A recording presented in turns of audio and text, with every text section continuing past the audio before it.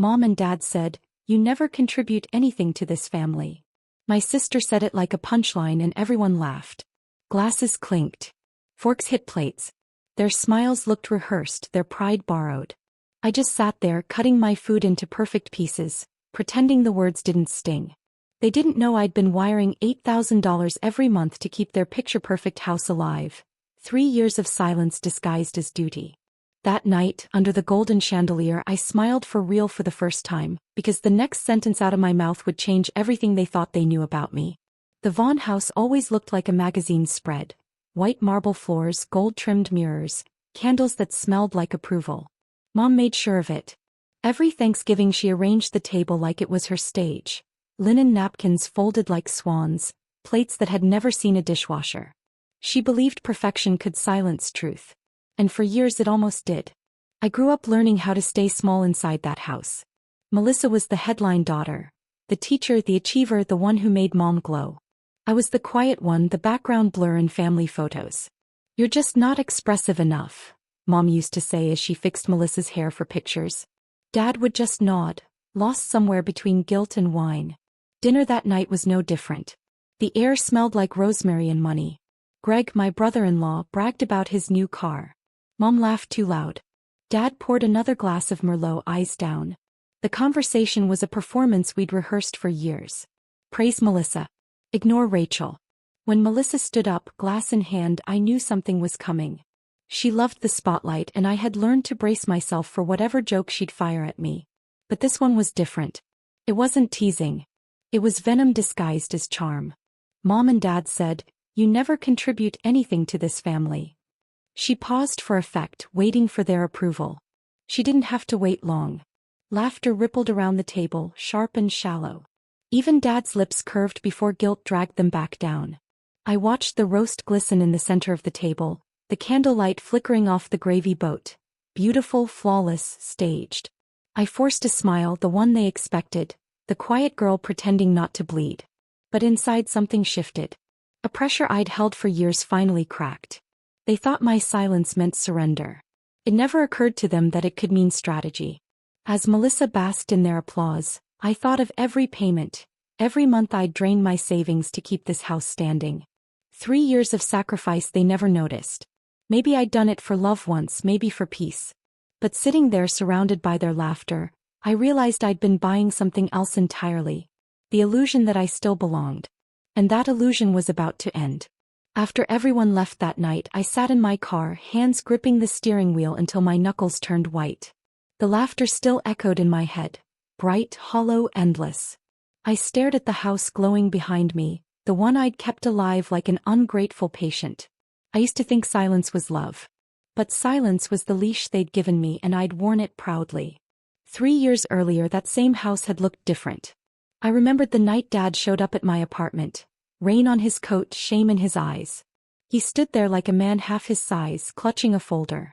"If your mother finds out," he said, voice cracking, "it'll destroy her." He didn't ask for money. Not at first.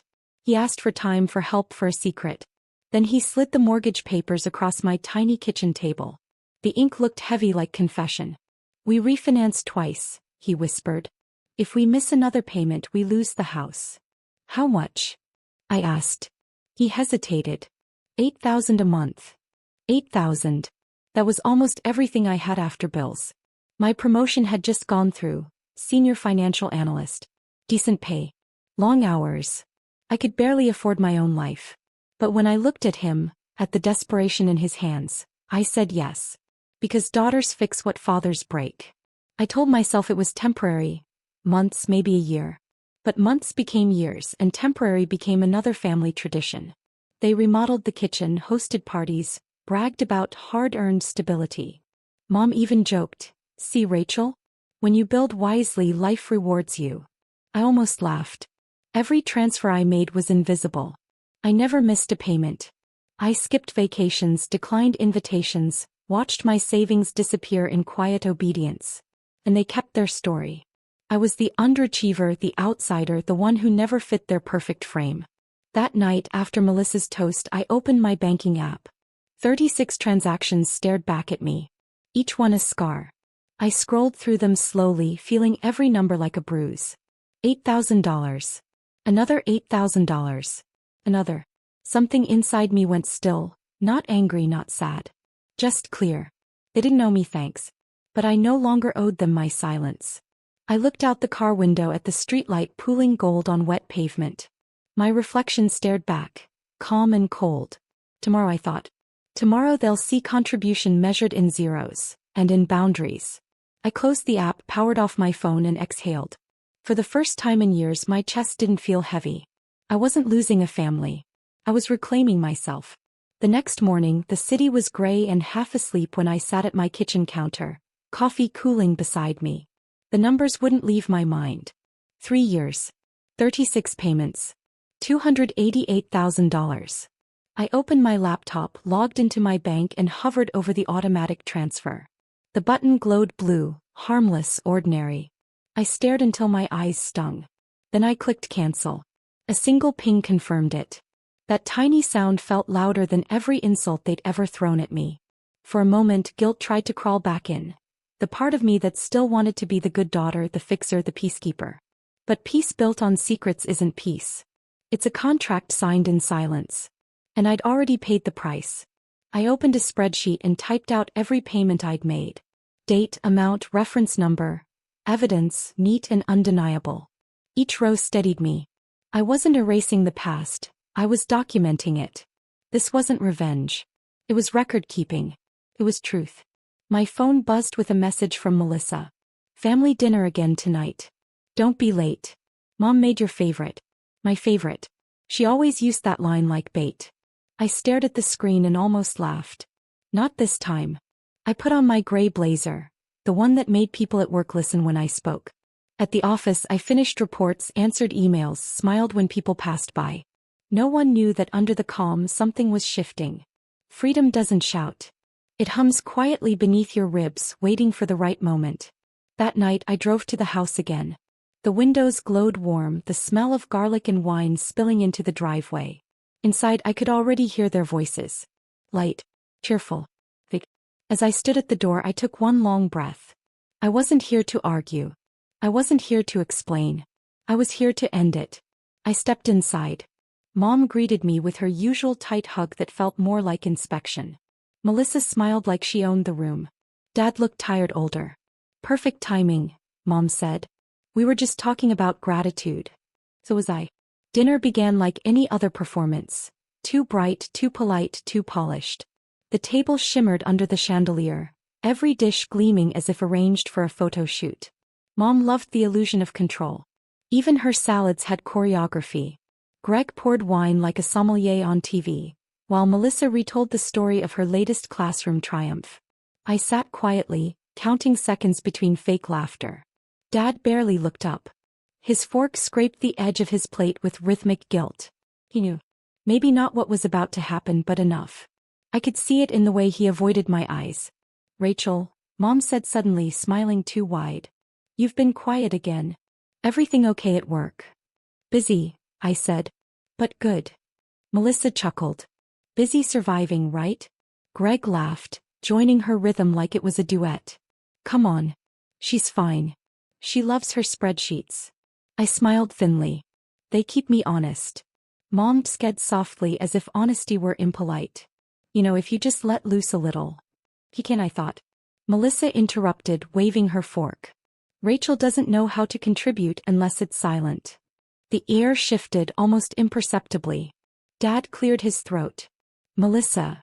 But she was already leaning forward, eyes bright with self-righteousness. Mom and Dad said, you never contribute anything to this family. She declared it just like before. And honestly, they weren't wrong. It was the same line, same tone. But this time I was ready. The room laughed again reflexively like trained applause. That's when I smiled. A small, precise smile that didn't belong to the girl they thought they knew. Perfect, I said softly, setting down my fork. The laughter wavered, unsure where to go. Then I continued, the $8,000 I've been paying for your mortgage every month stops today. The room froze.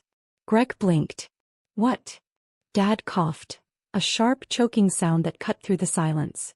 Mom's wine glass tilted dangerously before she set it down. Melissa stared at me, face blank, like she hadn't learned the language I was speaking. I reached into my purse, pulled out my phone and slid it onto the table. Here, I said, tapping the screen. 36 transactions glowed in the reflection of the chandelier. Every month 3 years. $8,000 each. Nobody moved. Mom's lipstick quivered. You, Dad started. I asked me, I said evenly. The business failed. The partner disappeared. He didn't want you to know, Dad muttered. All eyes turned to him. His shoulders caved. He didn't deny it, I said. You said it would ruin her, I reminded him gently. And I believed you, Rachel. Please, Mom whispered, color draining from her face. Not like this, like what I asked. Publicly. Loudly, I said. You preferred quiet, didn't you? That's what I've been paying for, your silence. Melissa stood up. This is manipulation. No, I said, standing too. This is math. She opened her mouth again, but I was faster. You mocked me for not contributing. Let's measure it. $288,000. How much did your applause cost? Greg's voice cracked. You could have said something. I laughed once, low and tired. I did. Every month. Through my bank. Dad finally spoke, voice small. We were desperate. But I thought you wouldn't notice what it cost me. You were right, I said. Until now. Mom's eyes glistened. We're family. You can't just stop. I already did, I said. Automation canceled this morning. The silence that followed was heavy, trembling. The only sound was the hum of the refrigerator and Dad's shallow breath. Melissa crossed her arms. You're punishing them. I met her eyes. No. Punishment ends. Boundaries begin. Her jaw clenched. You're selfish. I've been selfless for 3 years, I said. Look where it got me. Mom's hand trembled as she reached for my sleeve. Please, we can fix this. I stepped back. Fix it with your own money. Her hand fell. Dad looked at me like a man finally realizing the depth of his own reflection. Rachel, he whispered. I didn't think it would go this far. It already did, I said. You just never looked down. For a long moment nobody spoke. The golden room, once so pristine, looked warped under the truth. Then I said the last thing I'd come to say. If contribution means pretending, you win. If it means sacrifice, I already did my part. I picked up my phone, slid it into my bag and pulled my coat from the chair. Rachel, wait, Mom said weakly. Don't go. I paused in the doorway, light pooling around me. Start contributing, I said quietly. To the truth. And then I left. Outside, the cold hit like a baptism. The sky was a blank, merciful gray. My phone buzzed in my pocket. Dad, then Mom, then Melissa. I let it ring. For years I'd been funding their silence. Tonight I finally earned mine. The calls kept coming. Missed calls, voicemails, messages stacked like apologies. I wasn't ready to open them. I let them echo into the dark while I sat on my couch, wrapped in the kind of quiet that didn't hurt anymore. It was strange how peace could sound so much like absence. Days passed, then weeks. I didn't send another dollar. Eventually the tone of texts changed, from angry to pleading to resigned. The house went up for sale in the spring. I drove past it once, just once, to see the for sale sign tilted in the wind. The windows were dark. No candles, no performance, no applause. Mom emailed me months later. We're moving into a condo. Smaller, but it feels lighter. Beneath it was one line that almost undid me. I'm sorry we didn't see you. Melissa called too. Her voice was soft, unsure. She said they'd started counseling. She said she finally understood what contribution really meant. I didn't rush to forgive her, but I listened. Sometimes that's enough to start over. Dad sent a photo of the new place. No marble floors, no chandelier. Just sunlight through a kitchen window and a coffee mug in his hand. He looked real. I never moved back into their story. I stayed in mine. I bought a small apartment with big windows. The kind where morning light doesn't ask permission to enter. Some nights I still hear that laughter from the dinner table. Sharp, hollow. But it fades fast. Because now, when I think of contribution, I think of boundaries, not sacrifice. And when I think of family, I think of truth, not applause. Sometimes peace doesn't come from forgiveness. Comes from finally drawing the line no one else dared to. I didn't need their applause to know my worth. I just needed to stop funding my own silence. Now every morning sunlight hits my coffee cup and I remember, contribution isn't measured in sacrifice. It's measured in honesty. If you've ever been told you're not enough, let this story remind you. Your boundaries are your freedom.